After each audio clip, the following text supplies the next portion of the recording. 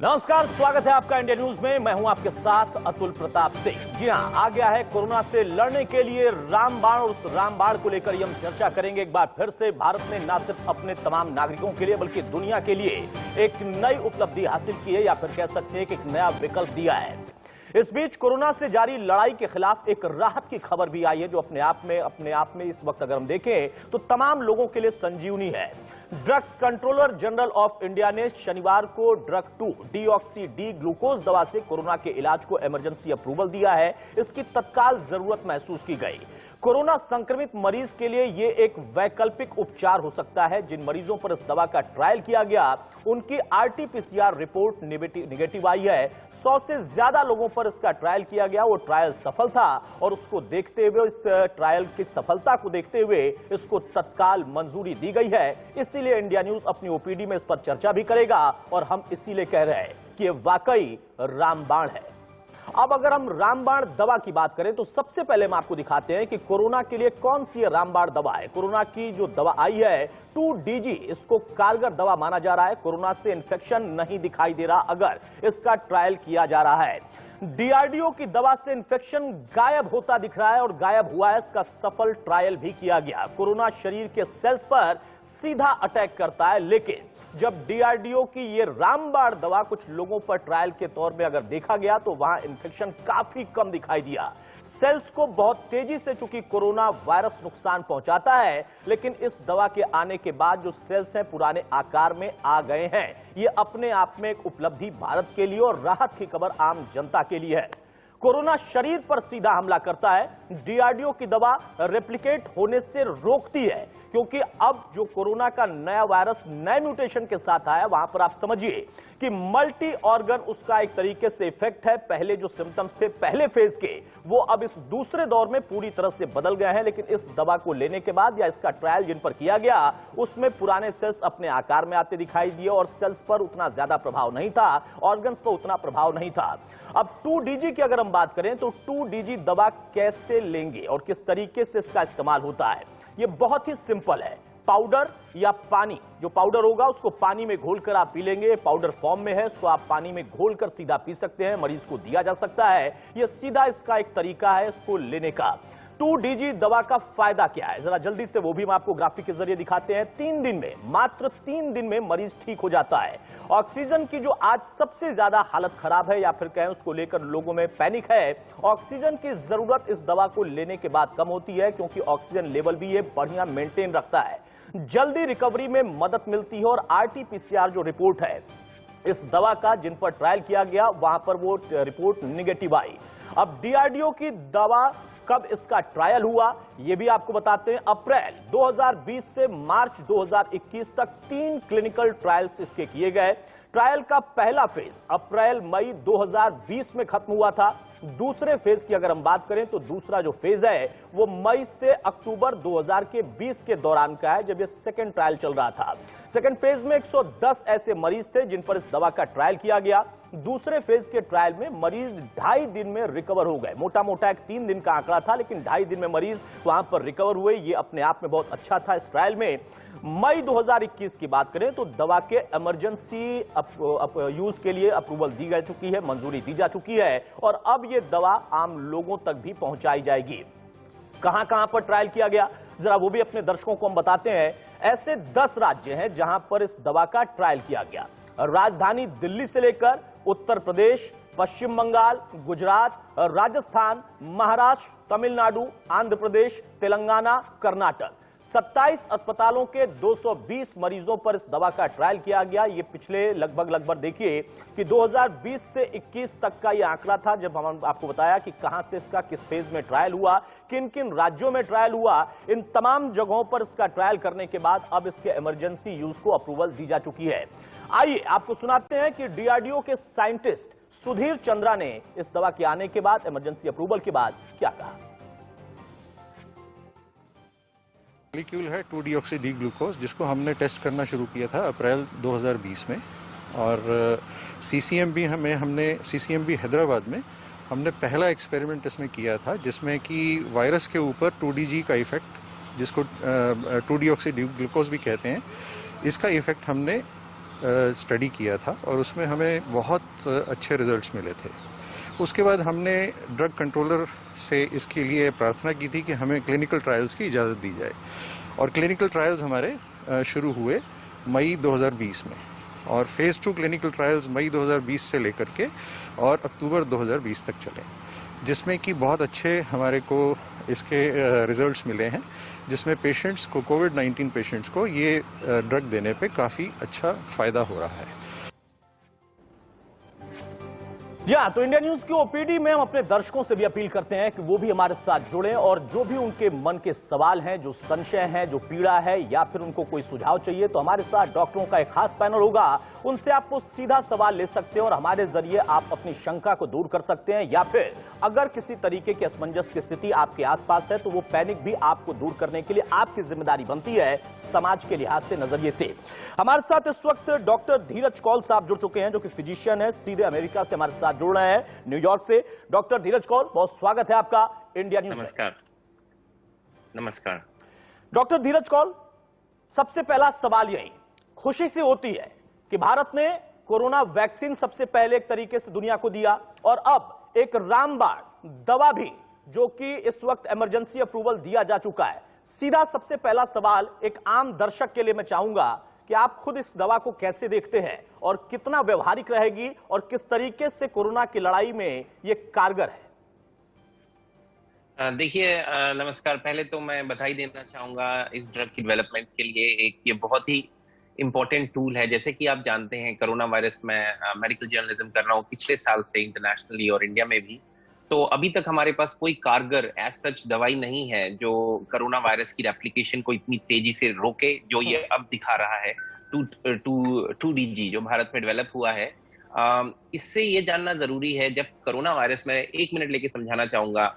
Basically एक virus है जो कि आपके ड्रॉपलेट से आपको लगता है 6 फीट तक लग सकता है, माइक्रो ड्रॉप्स में पाया जाता है और अब एरोजोलाइज्ड भी है, हवा में भी 2-3 घंटे तक तैरता है, आपके लंग्स के अंदर थ्रू द माउथ, आईज और नोज के थ्रू घुसता है, लंग्स में अटैच होता है, जहां पे झिल्ली होती है उसके थ्रू अटैच होके पेनिट्रेट करता है और आपके सेल्स के साथ अटैच होता है। फिर अपना जेनेटिक मटेरियल जो आरएनए है वो आपके अच्छे सेल, हेल्दी सेल में डालता है और आपके सेल को विवश करता है कि वो अपना काम छोड़ के इसी सेल की मल्टीप्लिकेशन को तेजी से बढ़ाए।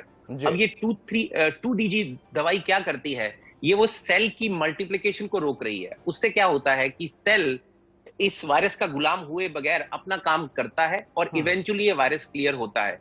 इसकी जो ट्रायल है, ऑल्दो बहुत कम पेशेंट्स पे है, 220 पेशेंट्स पे, जो काफी कम मात्रा है, पर रिजल्ट्स बहुत अच्छे दिख रहे हैं। और ये एक लंबी ट्रायल है, ये शॉर्ट ट्रायल नहीं है, तकरीबन 1 साल के करीब का समय हो चुका है और रिजल्ट्स बहुत अच्छे हैं। मुझे लगता है ये दवा इस टाइम पे, जब भारत इस time peak of the storm में है कोविड के, एक गेम चेंजर हो सकती है अगर हम इसे सही तरीके से डॉक्टर्स के निर्देश के अकॉर्डिंगली लें। आपकी ऑक्सीजन रिक्वायरमेंट भी कम होगी, आपके वायरल लोड, जो वायरल रेप्लिकेशन है वो भी कम होगा। अगर वायरल रेप्लिकेशन कम होगी, जैसा कि आप जानते हैं, ज्यादातर लोग वायरस की वजह से नहीं मर रहे, ज्यादातर लोग उस वजह से मर रहे हैं कि आपकी बॉडी में वायरस काफी फैल चुका है और आपका इम्यून सिस्टम उस पर अटैक करता है, जिसे हम साइटोकाइन स्टॉर्म बोलते हैं। और वो साइटोकाइन स्टॉर्म इम्यून का ओवर रिस्पॉन्स है, जरूरत से ज्यादा रिस्पॉन्स है। एक एग्जाम्पल बताना चाहूंगा, अगर आप एक आदमी को गोली मारना चाहते हैं जो एक बड़ी बिल्डिंग में बैठा है, क्या आप उस पूरी बिल्डिंग को उड़ा रहे हैं या उसको एक बुलेट से मार रहे हैं? तो ये दवाई उस बुलेट से मारने का काम करेगी, बनस्पत आपका इम्यून सिस्टम उस बिल्डिंग को ही गिरा दे। तो मुझे लगता है ये एक बहुत बड़ा गेम बहुत अच्छा उदाहरण आपने दिया डॉक्टर कौल कि पूरी बिल्डिंग को नहीं उड़ाना, एक बुलेट से उस एक वायरस को हिट कर देना। और जैसा आपने बताया कि इस वायरस के वजह से बहुत ज्यादा, खासतौर से अगर हम भारत की बात करें तो बहुत ज्यादा उसकी वजह से डेथ नहीं है, लेकिन उसके जो और अलग अलग इफेक्ट हैं, ऑक्सीजन की कमी या फिर कुछ और नए सिम्टम्स, नए साइड इफेक्ट, उसकी वजह से स्थिति खराब हुई। और इस दवा जो कि रामबाण दवा कही जा रही है उसमें बहुत ज्यादा सफलता मिलेगी, सहायता भी मिलेगी बूस्ट अप करने में। हमारे साथ डॉक्टर विवेक गुप्ता भी हैं। कौल साहब हमारे साथ आप बने रहिए। डॉक्टर विवेक गुप्ता जो कि एचओडी हैं कार्डियोलॉजिस्ट डिपार्टमेंट के अपोलो हॉस्पिटल के, बहुत स्वागत है डॉक्टर विवेक आपका।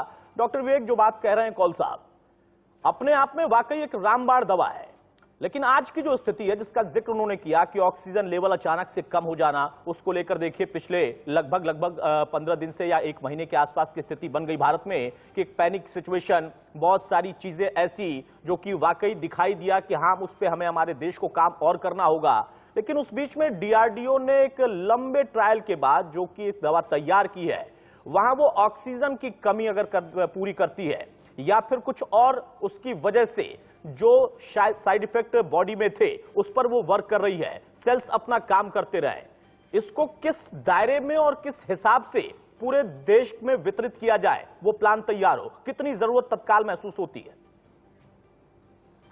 बताया डॉक्टर साहब ने, 2-deoxyglukose एक ऐसी दवा है जो कि पाउडर फॉर्म में है, इट इज नॉट इंट्रावीनस। हमारे साथ रेमडेसिविर के साथ दिक्कत थी कि इंट्रावीनस है तो उसके लिए हमको भर्ती करना पड़ता था। रेमडेसिविर का इफेक्ट वो एंटीवायरल डायरेक्ट है, और ये जैसा कि का फीडबैक बढ़ाओ, खांसना नहीं है।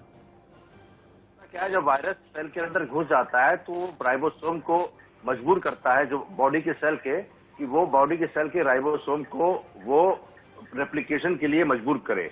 तो that this medicine is affecting that virus कि उसका रेप्लिकेशन ना होने दे, जिससे कि वायरस अपने आप स्वतः खत्म हो जाए। This can be a game changer. This can be a game changer, and we should be really positive about it. Although 220 patients में फेज 3 क्लिनिकल ट्रायल हुआ है, उसमें हाई सेंसिटिविटी आई है, एज सच जो परसेंटेज है, स्टैटिस्टिकल वैल्यू जो आई है वो सिग्निफिकेंट है। मैं थोड़ा सा इसको ये लेना चाहूंगा कि फर्स्ट ऑफ ऑल इसकी अवेलेबिलिटी बहुत ज्यादा मात्रा में होनी पड़ेगी, क्योंकि हमारे पेशेंट्स बहुत ज्यादा आ रहे हैं, 3.5 से 4 लाख पर डे। हमको डे 1 से शुरू करना है या डे 5 पे शुरू करना है, ये अभी क्लैरिटी इस दवा के बारे में नहीं है। और मेरे ख्याल से क्योंकि पाउडर फॉर्म में है, तो जैसे आइवरमेक्टिन शुरू में दे सकते हैं, वैसे ही हम इसको दे पाएंगे इन द इनिशियल फेज में भी। अगर इनिशियल फेज में है, इसका मेजर साइड इफेक्ट नहीं है, तो उसको मेजर साइड इफेक्ट को रोकने के लिए हमको ठीक ठाक रहेगा। और मेरे ख्याल से इसका अगर उत्पादन बहुत तेजी से करा जाए और बहुत नहीं, बिल्कुल डॉक्टर विवेक, आपने सही कहा, इतना बड़ा देश में इस वक्त संक्रमण का दायरा और प्रतिदिन वो बढ़ता हुआ, तो उस बीच में अगर ये डीआरडीओ की रामबाण दवा आई है तो इसका किस तरीके से वितरण होगा, कैसा वो सेटअप होगा, रोडमैप होगा, सरकार ने हमारी जरूर उसके बारे में सोचा होगा। डॉक्टर कौल, कुछ कहना भी चाह रहे हैं आप? और इस बीच में अपने दर्शकों से भी अपील कर रहा हूं, हमारे साथ 2 खास मेहमान है, आप भी अपनी शंका दूर कर सकते हैं, हमारे साथ जुड़ सकते हैं। डॉक्टर कौल। देखिए, मैं एक चीज और बताना चाहूंगा, जो मैं इम्यून स्टॉर्म के बारे में बता रहा था, कि जो इम्यून स्टॉर्म है वो आपकी बॉडी पे बहुत डैमेज करता है। और फिर एक और चीज हो रही है जो हम अब ये नए डबल वेरिएंट और ट्रिपल म्यूटेंट के अंदर इंडिया में देख रहे हैं, कि ये जो ब्लड वेसल्स का अंदर का लेयर होता है, जिसे हम एंडोथीलियम बोलते हैं, वहां पे डैमेज करता है और बड़े बड़े क्लॉट्स बनाता है। अगर हम ये दवाई जो कि अप्रूव हो चुकी है मॉडरेट टू सीवियर कोविड के अंदर अगर हम दे रहे हैं, जिससे वायरल लोड कम हो रहा है, तो इम्यून साइटोकाइन स्टॉर्म भी कम होगा और वायरल का डायरेक्ट डैमेज भी कम होगा, मल्टी ऑर्गन फेलियर भी कम होगा, डेथ भी कम होगी और हॉस्पिटलाइजेशन रेट भी कम होगा और आईसीयू भी कम होगा। जो हॉस्पिटल सिस्टम पे स्ट्रेन है वो कम हो जाएगा। और सबसे 2 इंपॉर्टेंट बातें ये हैं, जैसे डॉक्टर साहब ने बताया, ये पाउडर फॉर्म में है और जहां तक मेरा अनुमान है ये रूम टेम्परेचर पे स्टोर किया जा सकता है, क्योंकि भारत की 70% आबादी गांव में रहती है। अभी तक उसके बारे में हमें ज्यादा नहीं पता वहां क्या कंडीशन है, तो ये रिमोट एरियाज में भी इजीली डिस्ट्रीब्यूट हो पाएगा। और मुझे लगता है डॉक्टर साहब ने अच्छी एक पॉइंट रेज किया है, according to physiology of the drug, मुझे लगता है instead of waiting for severe to moderate, क्या हम इसे माइल्ड डिजीज में भी शुरू कर सकते हैं, ताकि वायरस का नंबर इतना ना बढ़े कि बॉडी को एक्टिवेट कर दे और उसको रोक दे। और ये बल्क में प्रोड्यूस हो सकता है, मैं डॉक्टर साहब को बताना चाहूंगा, क्योंकि इसका कंपाउंड बहुत ही इजीली मल्टीप्लाइबल है और मास एरियाज में प्रोड्यूस होकर भारत को प्रोवाइड हो सकता है। बस हमें इसका स्टडीज को फॉलो रखना है, हमें करंटली इसको फॉलो करते रहना है, कितना रिस्पॉन्स रेट आ रहा है जब हम 1 करोड़ 50 लाख 10 लाख पे करेंगे, क्योंकि अभी सिर्फ 220 है। बिल्कुल, अभी हमें बाकी दवाइयां भी चाहिए, ये एड ऑन ड्रग है। नहीं, बिल्कुल सही कहा डॉक्टर कौल कि अभी अगर हम ट्रायल की बात करें इस रामबाण दवा की, तो ठीक है 220 है, 220 बहुत इफेक्टिव रहा है। अब इस पूरे देश में, जो कि एक बड़ा देश है, वहां पर अगर हम देखें तो जनसंख्या बहुत ज्यादा, वहां पर इसको हम किस तरीके से सभी लोगों पर लागू कर सकते हैं या उनको दे सकते हैं? डॉक्टर विवेक, जो बात कौल साहब कह रहे हैं कि माइनर डिजीज में भी इसको हम यूज कर सकते हैं, मैं जरा आपसे समझना चाहूंगा एक आम दर्शक के तौर पर क्योंकि मेडिकल की जानकारी सबको नहीं होती है। जब वैक्सीन बनी या ट्रायल चल रहा था तब भी बहुत सारी बातें हुई, वैक्सीन आ गई, लगना शुरू हो गई, तब भी बहुत सारी बातें हुई। बहुत सारे लोग जो कि नकारात्मक सोचने के लिए ही बैठे हैं, उनको पॉजिटिव सोचना ही नहीं है। उस बीच में कोरोना लगातार पॉजिटिव होता चला गया, लोगों को करता चला गया। आज के दौर में अगर ये पाउडर, ये रामबाण दवा आ गई तो इसको हम किस तरीके से इस्तेमाल में ला सकते हैं और कैसे लोगों का भरोसा भी इस पर रहे, ये जरा दर्शकों को समझाइए। देखिए, ऐसा है कि ये मैं तो बहुत खुशखबरी वाली बात मुझे सोचता हूँ, क्योंकि अभी तक हम कल बात कर रहे थे मोनोक्लोनल एंटीबॉडीज की। We were talking of Virafin, जो कि एक इंटरफेरॉन मेडिसिन है, जो कि एंटीवायरल है। We are always talking about remdesivir, जो कि इंट्रावीनस दवा है, उसको काफी कारगर देखी गई है। रेमडेसिविर का भी ओवर यूज या अंडर यूज दोनों कह सकते हैं, क्योंकि माइल्ड डिजीज में कभी यूज नहीं किया गया, हमेशा मॉडरेट टू सिक यूज में किया गया।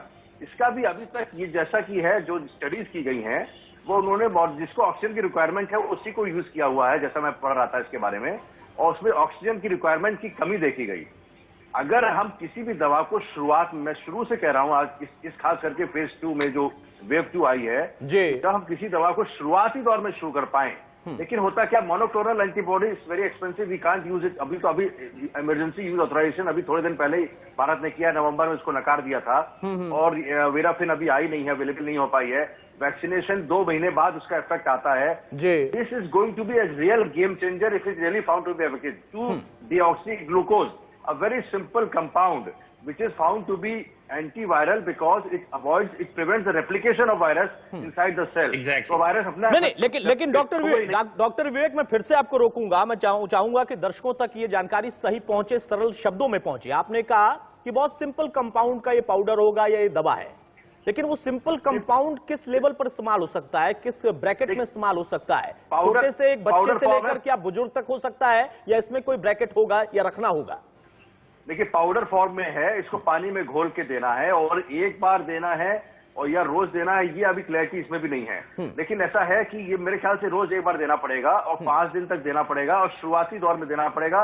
और पाउडर फॉर्म में तो हम लोग देखिए विटामिन डी के। ठीक है डॉक्टर विवेक और डॉक्टर धीरज कौल, मैं दोनों आपको चाहूंगा कि हमारे साथ बने रहें। एक दर्शक हमारे साथ जुड़ चुके हैं, फूलचंद साहब। फूलचंद साहब, बताइए क्या सवाल है आपका और किससे सवाल है? क्या मेरी डॉक्टर साहब से बात हो रही है? जी, आप बोले, आपकी आवाज डॉक्टर तक पहुंच रही है। डॉक्टर साहब हमारे साथ हैं।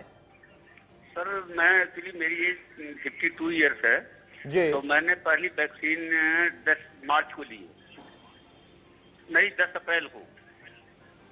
हेलो, अपनी बात रखें फूलचंद साहब, जल्दी से, आपकी आवाज थोड़ी सी कट रही है, जल्दी से अपनी बात रखें।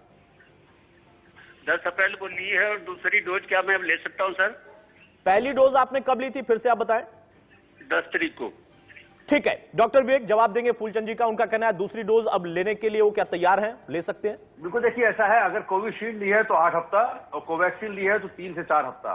ये बड़ा क्लियर है। अगर आपने कौन सी ली है मुझे पता नहीं है। 4 हफ्ते के अंदर कोविशील्ड है तो 8 हफ्ता रुकें, क्योंकि 8 हफ्ते की ट्रायल और 12 हफ्ते की ट्रायल भी ज्यादा पॉजिटिव आएगा। अगर देखा गया है कि 12 हफ्ते बाद अगर हम कोविशील्ड लेते हैं तो पेशेंट को 81% एफिकेसी है, जबकि 70% एफिकेसी आती है 4 हफ्ते पे। एंड तो there is no need to worry. अगर आपने कोवैक्सीन ली है, जैसा आप देख लीजिएगा, तो अभी ले सकते हैं, और कोविशील्ड है तो 3-4 हफ्ते और रुक जाइए।